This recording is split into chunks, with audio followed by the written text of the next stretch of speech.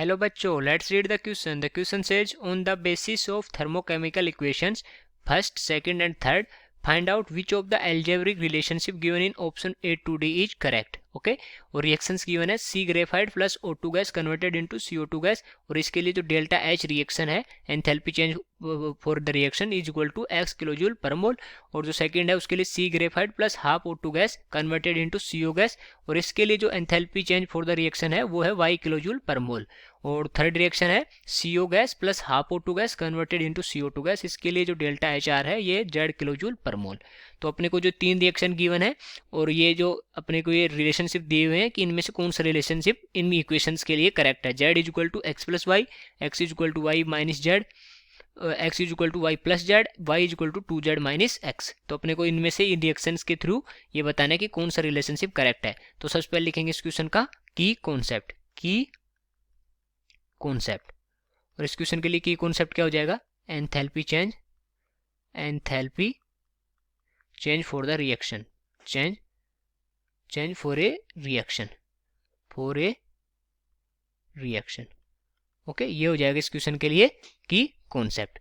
तो अगर enthalpy change देखें, एंथैल्पी चेंज सबसे पहले देखते हैं कि जो एंथैल्पी चेंज है वो क्या होता है। तो एंथैल्पी चेंज होता है the amount of heat, amount of heat, amount of heat evolved और एब्जॉर्ब्ड, इवोल्व्ड और एब्जॉर्ब्ड और absorbed, absorbed in a reaction carried out, in a reaction, reaction carried out, carried out at a constant pressure, at a constant pressure। Okay constant pressure। तो जो constant pressure पे जो reaction हो रही है उसमें जो अमाउंट ऑफ हीट इवोल्व हो रहा है या अब्जॉर्ब हो रहा है उसको बोलते हैं अपन enthalpy change for that reaction. Okay तो अब जो रिएक्शंस है अपने पास फर्स्ट सेकंड थर्ड वो रिएक्शंस लिख लेते हैं। सबसे पहले जो फर्स्ट रिएक्शन क्या है, C graphite, C graphite plus plus O2 gas और ये कन्वर्ट किस में हो रहा है, ये हो रहा है CO2 गैस में। और इसके लिए जो ये इसको पहले सबसे पहले इक्वेशन 1 नाम दे लेते हैं, ठीक है। पहले तीनों इक्वेशन लिख लेते हैं, सी ग्रेफाइट, सी ग्रेफाइट और ये किस में चेंज, किसके साथ रिएक्शन कर रहा है, हाफ O2 गैस और ये चेंज किस में हो रहा है, ये हो रहा है CO गैस में। ओके और ये रिएक्शन कौन सी है, रिएक्शन सेकेंड। और ऐसे थर्ड रिएक्शन देखें तो वो क्या है, CO gas, CO gas plus half O2 gas. Okay is equal to क्या है, मतलब कन्वर्ट किस में हो रहा है, CO2 गैस में। और ये रिएक्शन कौन सी है, थर्ड।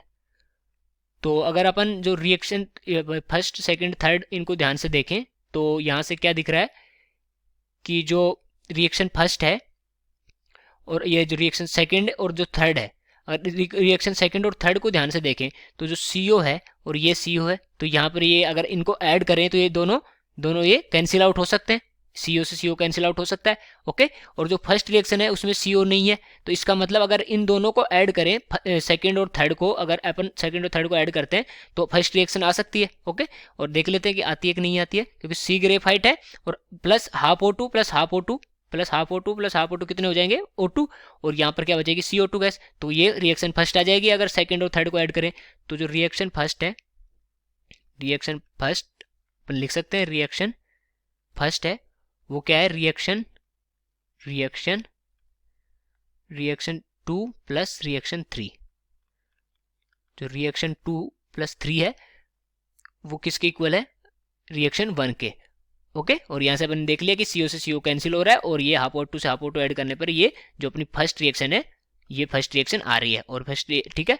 तो अगर ये जो ये रिएक्शंस के केस में लगा है जो एडिशन सब्सट्रैक्शन वाले फैक्टर तो ये सेम एंथैल्पी चेंजेज, इनकी जो एंथैल्पी चेंजेज है उनके लिए भी लगेंगे। ओके तो क्या हो जाएगा, डेल्टा H जो R, delta H R for 1 is equal to del R H फॉर 2 प्लस डेल R H फॉर 3। ओके तो यहाँ से लिखना चाहें तो डेल H ये R H किसके लिए, फर्स्ट के लिए क्या है x किलो जूल पर मोल और इसके लिए कितना है 2 के लिए y और इसके लिए 3 के लिए क्या है z।